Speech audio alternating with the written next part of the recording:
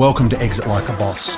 I'm going to show you, having helped nearly 800 business owners work through a 21-step process to exit like a boss, how you can do it, what you need to know, the steps you need to take, and what's actually involved in you and your business being able to maximize value and successfully exit like a boss.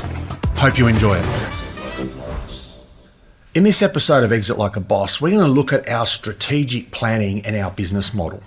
We've made a decision about exit options. We've set our goals earlier on in the process. We know where we're headed and what it needs to look like in terms of we're exiting in X number of years for X dollars and we're going to sell it to a listed company, for example. Underlying that, there has to be some implementation that actually delivers that outcome.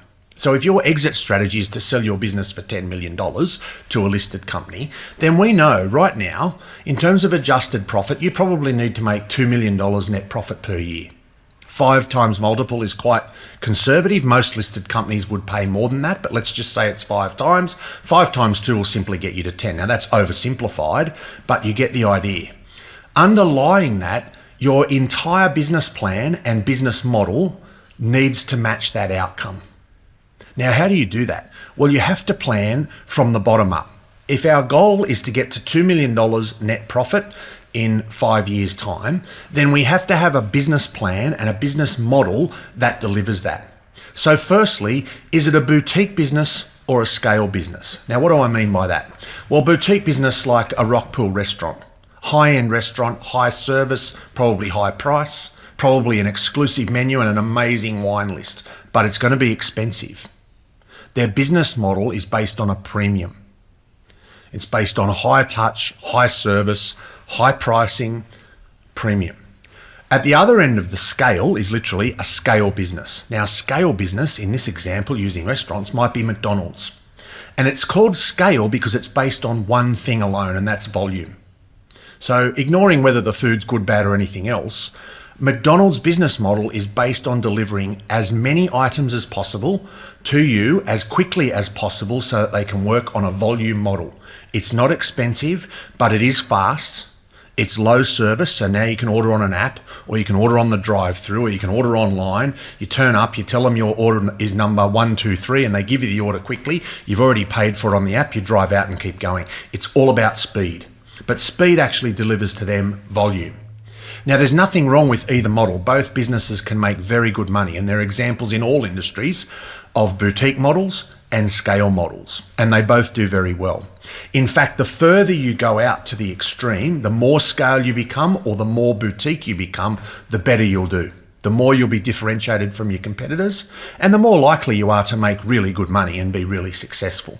Where people get stuck is in the middle. So what does in the middle look like? I used to run an accounting firm. In the middle in an accounting firm looks like you do income tax returns for school teachers and salary and wage earners who have no investments, very simple, very quick. That's a volume-based business, that's scale. But you also, as an accountant, do tax returns for a trading company that operates in 4 countries around the world. That's boutique. Now, if you try and do both, the problem is the pricing's different. The service levels are different. Certainly the skill set, experience, and technical ability of your employees all different. You're actually sitting in no man's land. You're actually trying to do bits and pieces of both ends of the scale, and that's really difficult to do.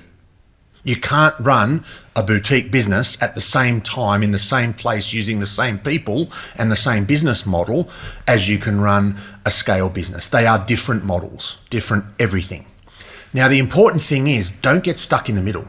Do not have a business that is all things to all people. I have met clients. When I ask them, who are your clients? What do they look like? How much do they pay? What's your business model? The answer is anyone's a client.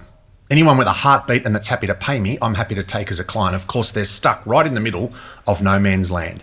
The further you go out to the extremities, the more successful you're likely to be. Now, your entire business plan has to match that model.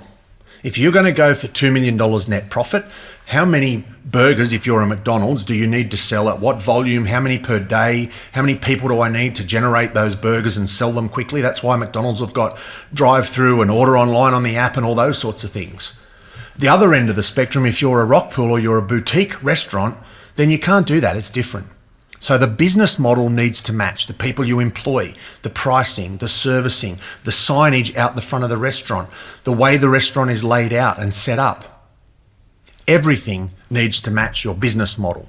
And the underlying business plan needs to use that particular model with that pricing, those staff costs, that service structure to deliver your $2 million net profit.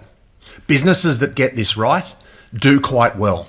Businesses that sit in the middle in no man's land struggle for years. Sometimes it takes them many, many years to get through that malaise, that stuck in the middle piece where I'm trying to do the best of both worlds. This is an example where you can't have both. You have to be at one end or the other to determine what your business model is and how you strategically plan to get that result we need as we exit like a boss.